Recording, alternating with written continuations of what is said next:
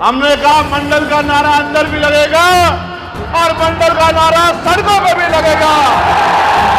और ये जय भीम जय मंडल वाले इकट्ठा करके ये कमंडल वालों का ढक्कन भी बंद कर देंगे। मेरी बात को जातिवार जनगणना कराइए, आंकड़े जारी कराइए। अगर शेड्यूल कास्ट में किसी भी जाति ने किसी और का हक खाया होगा, मैं गारंटी लेता हूं कि सूद समेत उस जाति को उसका अधिकार दिलाने का काम हम लोग करेंगे। दुश्मन बड़ा चालाक है।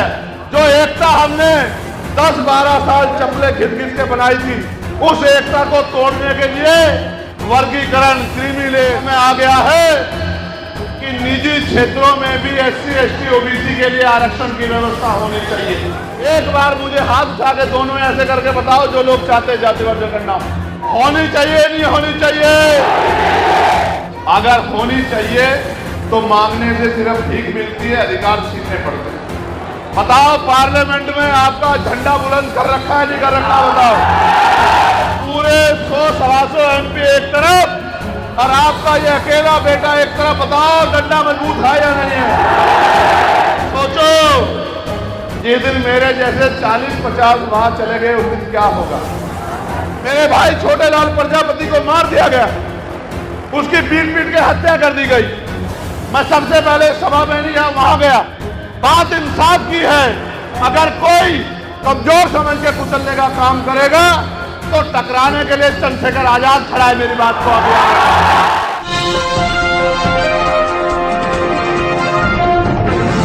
बारिश भी बहुत तेज आई है बाहर,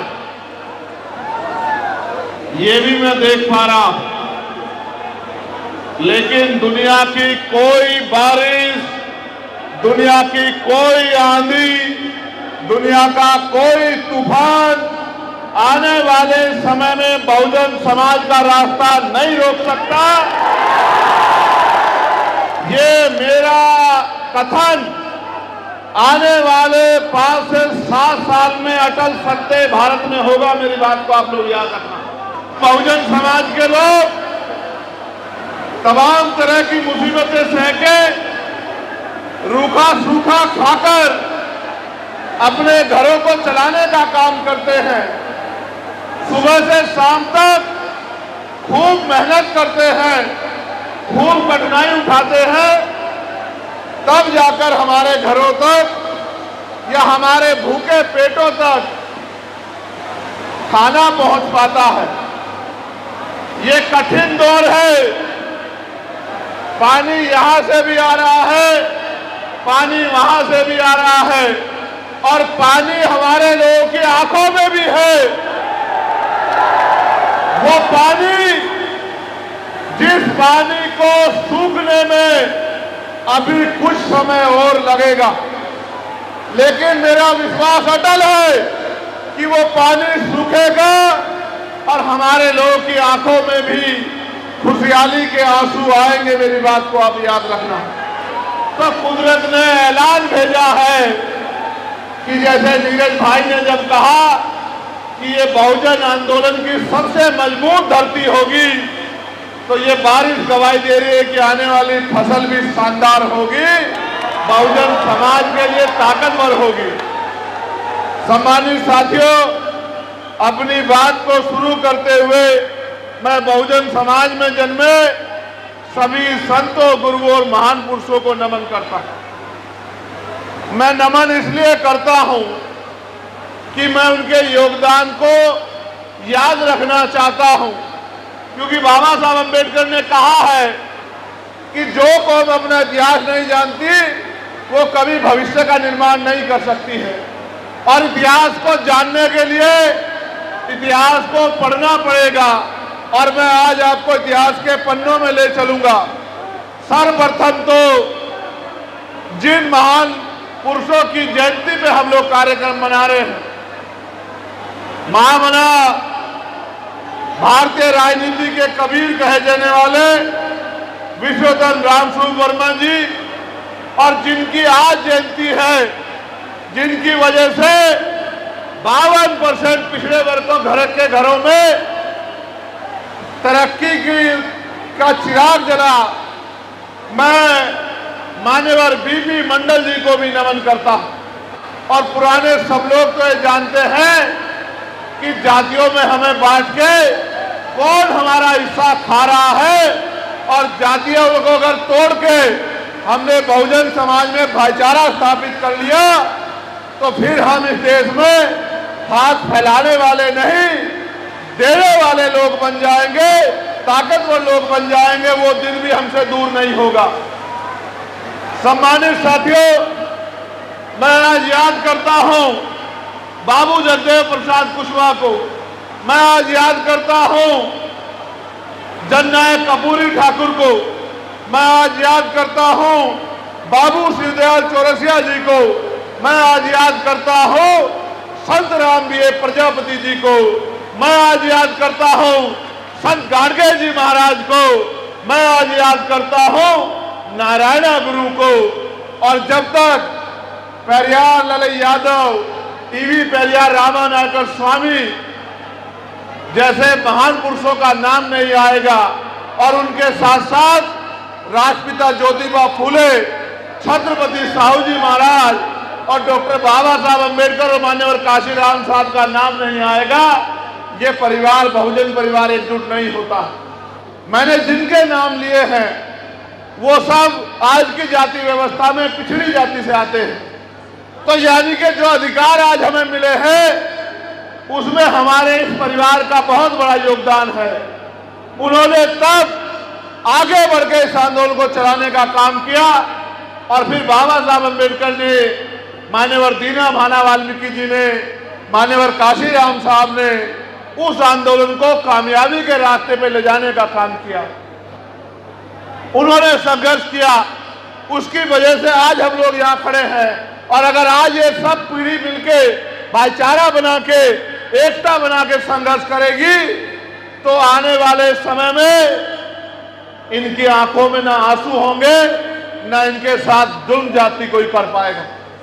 सम्मानित साथियों, आज का जो टॉपिक है वो जातिवार जनगणना है। और जातिवार जनगणना क्यों होनी चाहिए, इस बात को समझने के लिए समझिए कि दुश्मन बड़ा चालाक है। रामेश्वर परम जी, आपने अपनी बात को जब रखा मैं सुन रहा था और आपने महामना रामसुख वर्मा जी के लिए कहा कि उनका नारा था कि राष्ट्रपति की या हो मजदूर की संतान और सबको शिक्षा एक समान।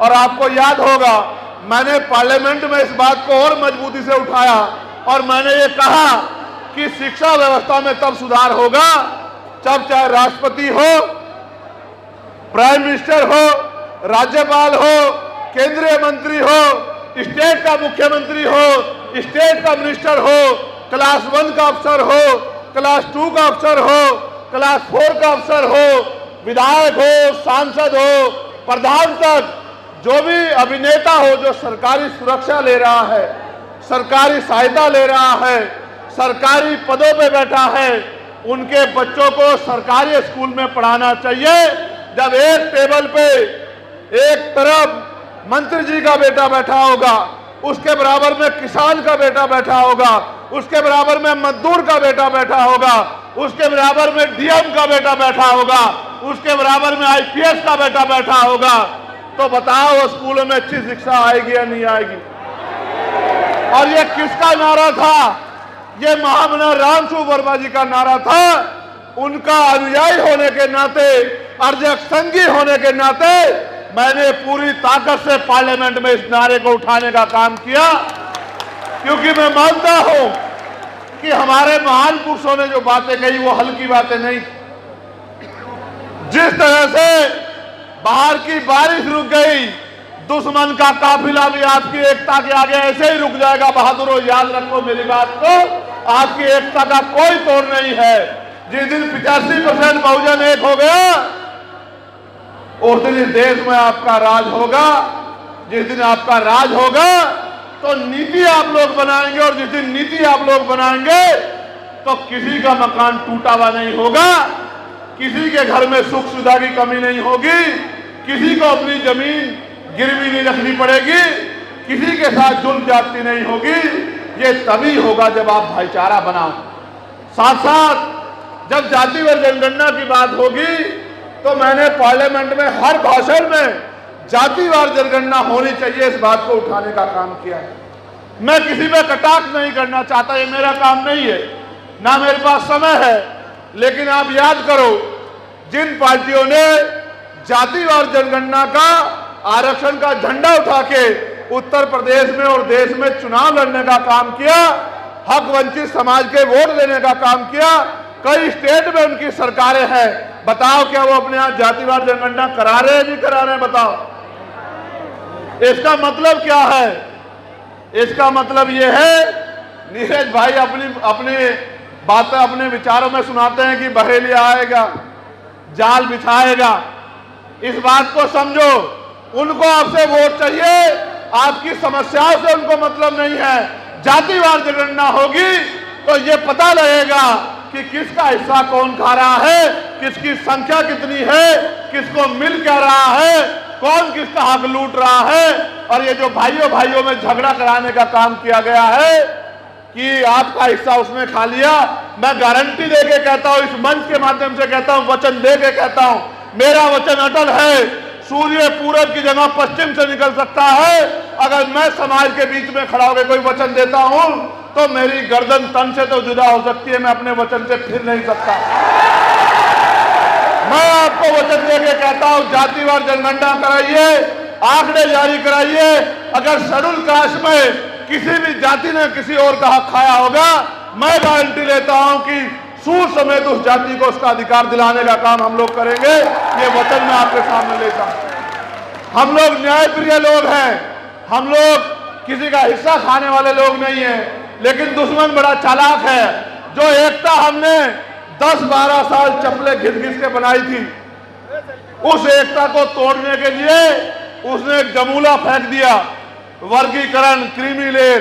मैं आपको विश्वास से कहता हूं, हम अपने भाइयों के हिस्से का कभी विरोध नहीं कर सकते।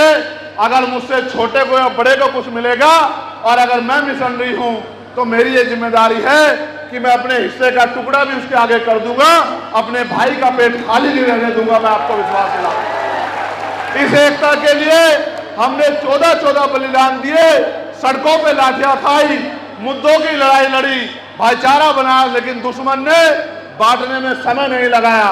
अब मैं और आगे बढ़ता हूं। नीरज भाई ने कहा कि सबसे पहले बीपी मंडल जी के आगे माथा टेकना चाहिए। मैं ये कहता हूं कि माथा टेको या ना टेको, लेकिन बीपी मंडल जी के संघर्ष को मत भूलो। और ये भी याद करो, बीपी मंडल जी को याद क्यों करना है?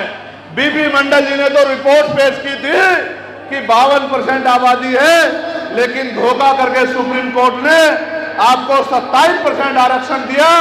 आज की मांग तो ये है, मैंने पार्लियामेंट में भी उठाई कि अब समय आ गया है कि निजी क्षेत्रों में भी SC, ST, OBC के लिए आरक्षण की व्यवस्था होनी चाहिए। बताओ, होनी चाहिए नहीं होनी चाहिए? क्यों होनी चाहिए, इस बात को समझिए। आप सब लोग टैक्स देते हैं, स्टेट को भी देते हैं, सेंटर को भी टैक्स देते हैं। अगर आप 1 रुपए का सामान खरीदते हैं तो उस पर 27% टैक्स है। यानी कि अगर किसी परिवार ने 1 महीने में 10,000 रुपए का सामान खरीदा तो 2700 रुपए सरकार के खाते में जाते हैं। आप ये महसूस करो, इन 2700 रुपए में से सरकार हमें देती क्या है? 4 किलो 5 किलो राशन। और उस राशन को देकर उस राशन को हम पे इस तरह का व्यवहार हमसे करती है और इस तरह से सलूक हमसे करती है जैसे हम उनके गुलाम। आप सब जिम्मेदार लोग हैं। बताओ, छोटा सा बच्चा बता देगा, अगर आपने किसी को 100 रुपए दिए और उसने 20 रुपए का सामान दे दिया तो किसका पैसा किसकी तरफ बैठता है? बताओ। और जिसके 80 रुपए उसकी तरफ उसका बैठता है, या जिसने 20 रुपए का सामान दिया, किसकी आंखें नीची होनी चाहिए? बताओ बताओ, किसकी आंखें नीची होनी चाहिए? मगर यहां तो उल्टा हो रहा है। 2700 रुपए जिसको आप देते हो वो आपकी खाल भी खींचता है और 200 रुपए का राशन देके आपको गुलाम बताने की भी बात करता है। और अगर कहीं आप उसको वोट ना दो तो आपको नमक हराम बताने का काम भी करता है। और साथ साथ आपके बच्चों के भविष्य को, उनके अधिकारों को लूटने का काम भी करता है। वो निजीकरण करा के आरक्षण को खत्म करने का काम भी करता है। वो तमाम तरह से सुविधा, लेटरल एंट्री, आउटसोर्सिंग करके आपके बच्चे के भविष्य को जीरो करने का काम भी करता है। सम्मानित साथियों, इस देश में मांगने से कुछ नहीं मिलता।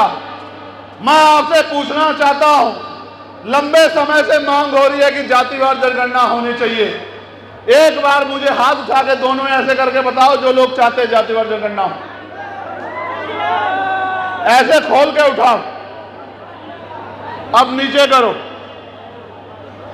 दोबारा बताओ कितने लोग चाहते हैं जातिवार जनगणना होनी चाहिए। जरा एक बार आवाज में बताओ, संगठित होके बताओ, होनी चाहिए नहीं होनी चाहिए। अगर होनी चाहिए तो मांगने से सिर्फ भीख मिलती है, अधिकार छीनने पड़ते हैं। और आप जानते हैं, मुझसे ये कहा जाता था कि चंद्रशेखर तो नौजवान है, ये क्या कर लेंगे। बताओ, पार्लियामेंट में आपका झंडा बुलंद कर रखा है नहीं कर रखा, बताओ बताओ। पूरे 100-125 एमपी एक तरफ और आपका ये अकेला बेटा एक तरफ, बताओ डंडा मजबूत है या नहीं है। तो सोचो, जिस दिन मेरे जैसे 40-50 वहां चले गए उस दिन क्या होगा।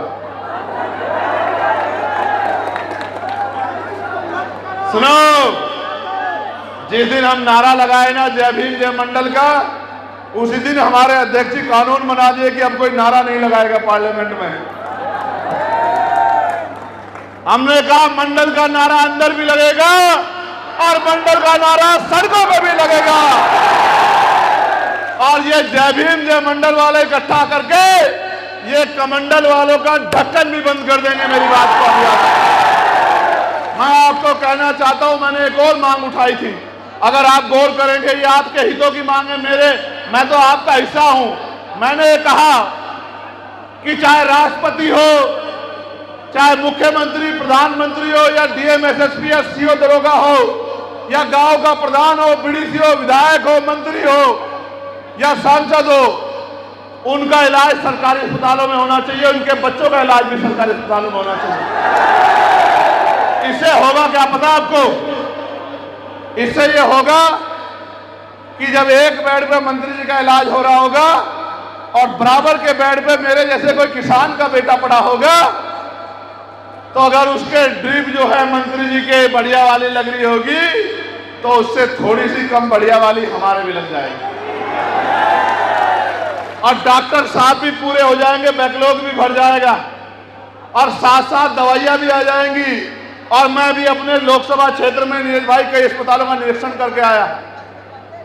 मशीन नहीं है, एक्सरे मशीन, अल्ट्रासाउंड मशीन नहीं है, ईसीजी मशीन नहीं है, और तो और डॉक्टर नहीं है, महिला डॉक्टर नहीं है, और तो और आप मत पूछो ऑक्सीजन नहीं है। ये वो उत्तर प्रदेश है जहां गोरखपुर में सैकड़ों बच्चों की जान ऑक्सीजन की कमी से गई। और याद करो कोरोना काल, कितने लोगों को तरफ तरफ के जान चली गई, लेकिन ऑक्सीजन नहीं उपलब्ध करा पाई सरकार। और याद करो, ये वही क्षेत्र है जहां से बड़े पैमाने पे मजदूरी के लिए लोग जाते हैं। कोरोना काल याद होगा, ये बड़ी बड़ी बातें करने वाली सरकार मजदूरों को जाने के लिए बस ट्रेन की व्यवस्था भी नहीं करा पाई। ये हैसियत है सरकारों की। आप समझो, एक तरफ ये फूल बरसाते हैं, एक तरफ ये बड़ी बड़ी ट्रेनें चलाते हैं, लेकिन जब मजदूर, किसान, कमेरों की बात आती है, महिलाओं की बात आती है, तो ये हाथ खींच लेते हैं, बोलते हम पे कुछ नहीं। इसलिए मैंने मांग की कि शायद देश अभी कोरोना जैसे अगर कोई विपदा आ जाए, निपटने में तैयार नहीं है, तो बुलेट ट्रेन की बात करने से पहले अच्छे इलाज की व्यवस्था करा दो। और जो लोकल ट्रेनें हैं, हमारे यहाँ पैसेंजर ट्रेनें हैं, उनमें डब्बे ही बढ़वा दो, तुम्हारा भला हो जाए। कुछ तो करो गरीबों के लिए। आज जाति धर्म देख के कार्रवाई हो रही है। आपने देखा मध्य प्रदेश में शहजाद भाई का मकान किस हालात में कर दिया। और ये कल अगर शहजाद निर्दोष साबित हो गया तो क्या ये सरदार सरकार उसका मकान बनवा देगी? उसकी गाड़ियों का वैध करार दे दिया गया।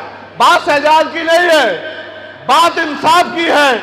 अगर कोई मुसलमानों को, कोई सिखों को, बुद्धिस्टों को, जैनों को, ईसाइयों को कमजोर समझ के कुचलने का काम करेगा तो टकराने के लिए चंद्रशेखर आजाद खड़ा है। मेरी बात को अभी वो दिन चले गए। अभी अभी हम पतारा से निकल के आए हैं। मेरे भाई छोटे लाल प्रजापति को मार दिया गया, उसकी पीट पीट के हत्या कर दी गई।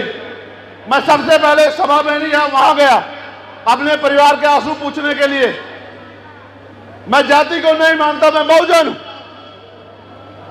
कभी कभी मैं जो कुछ मांगे उठाता हूं उनके कारण है, लेकिन मैं छोटे लाल प्रजापति जी के यहां गया और उसका घर देखा रामेश्वर पवन जी। मैंने, मुझसे मत पूछो मेरे दिल में कितनी पीड़ा हुई। 3 फीट का गेट है उसका, मेरी कमर की रीढ़ की हड्डी तिरछी करके मुझे जाना पड़ा। और मैं अकेला नहीं गया, एसडीएम को लेके गया, सीओ को लेके गया, एसएचओ को लेके गया, तमाम अधिकारियों को लेके गया, समाज कल्याण अधिकारी को कि चलो घुसो, देखो तुम्हारी कमर तिरछी होती है नहीं होती हमारे घरों में जाते हुए। सरकार कहती है प्रधानमंत्री आवास योजना, कहाँ है आवास योजना? छोटे लाल प्रजापति का घर कच्चा है, उस गांव में रहने वाले दलित पिछड़े घर कच्चे। यह है प्रधानमंत्री आवास योजना। इसलिए मैं आपसे कह रहा हूं, मैंने मांग की कि जो आरोपी बाकी है उनको गिरफ्तार करो। मैंने मांग की कि छोटे लाल प्रजापति को 1 करोड़ रुपए का मुआवजा दो। मैंने मांग की उसके बेटे को नौकरी दो, एक सरकारी। आज मैं उत्तर प्रदेश में उस ताकत में नहीं हूं, लेकिन मैं आपसे कह रहा हूं आने वाले समय में आप सब लोगों की मेहनत से अगर हम लोग उत्तर प्रदेश में ताकत में आ जाते हैं, किसी सामंती की हिम्मत नहीं होगी कि चंद्रशेखर आजाद छोड़ने वाला नहीं है। अब ये 65-70 साल वाला नेता नहीं है जो सुबह कुछ कहता शाम को कुछ कहता भूल जाता। ये तो 40 साल से भी कम उम्र का नौजवान है, ये तो बेरोजगारों में से एक है। ये छोड़ेगा नहीं, ये देना नहीं चाहती सरकार। और इसका उदाहरण है 69,000 शिक्षक भर्ती। नीरज भाई यहां बैठे, उन्होंने देखा किस तरह से हमने 69,000 शिक्षक भर्ती में लड़ाई लड़ी। 5 दिन खुले आसमान के नीचे सड़क पे, तपती सड़क पे सो के हमने संघर्ष किया। 6,800 नौकरियों की लिस्ट जारी करवाई। फिर वो लोग हाईकोर्ट चले गए, वो नौकरियां रोक दी गई।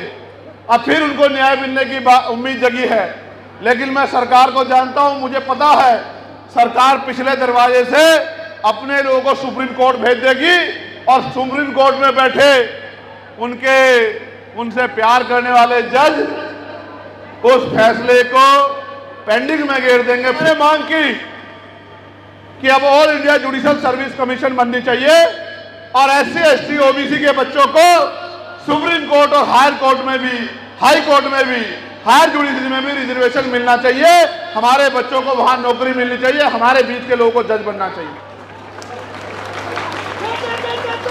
अब मैं आपसे कहना चाहता हूं कि ये सारे काम तभी होंगे जब राजनीतिक शक्ति बनाओगे, और राजनीतिक शक्ति वोट से बनती है।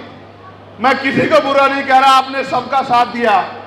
आप बताओ क्या मेरा अधिकार आप पे कुछ बैठता है नहीं बैठता है? जो लोग कहते हैं कि बैठता है वो दोनों हाथ खड़े करो। उधर के लोगों ने कम हाथ उठाया है, जरा देख रहा हूं। अच्छा हाथ नीचे करो। ये बताओ आपके आने वाली पीढ़ियों का इस देश में क्या होगा? कोई जवाब है आपके पास? बाबा साहब ने कहा political power is the master की। राजनीतिक सत्ता वो चाबी है जो सारी समस्याओं का हल कर सकती है, और वो चाबी आपके अंगूठे में है। जिसका बटन दबाओगे उसके पास ताकत आ जाएगी। अच्छा बताओ, जब चंद्रशेखर आजाद समाज पार्टी पे ताकत होगी तो बताओ आपके हाथ खाली होंगे क्या? बताओ। आप अपना भविष्य खुद बना सकते हो, आप अपनी तकदीर खुद लिख सकते हो, आप अपने लिए जमीन से लेकर रोजगार की और आजादी के जीवन की व्यवस्था कर सकते हो, अगर आप अपने फैसले मजबूत कर लो। मैं कल भी तुम्हारा था, आज भी तुम्हारा हूं, और जब तक जीऊंगा तुम्हारा रहूंगा। मगर कहना चाहता हूं तैयार हो जाओ, खड़े हो जाओ। यहाँ नहीं खड़े होना है, अपनी जिम्मेदारी पे खड़े होना है, मैं ये कहना चाहता हूं।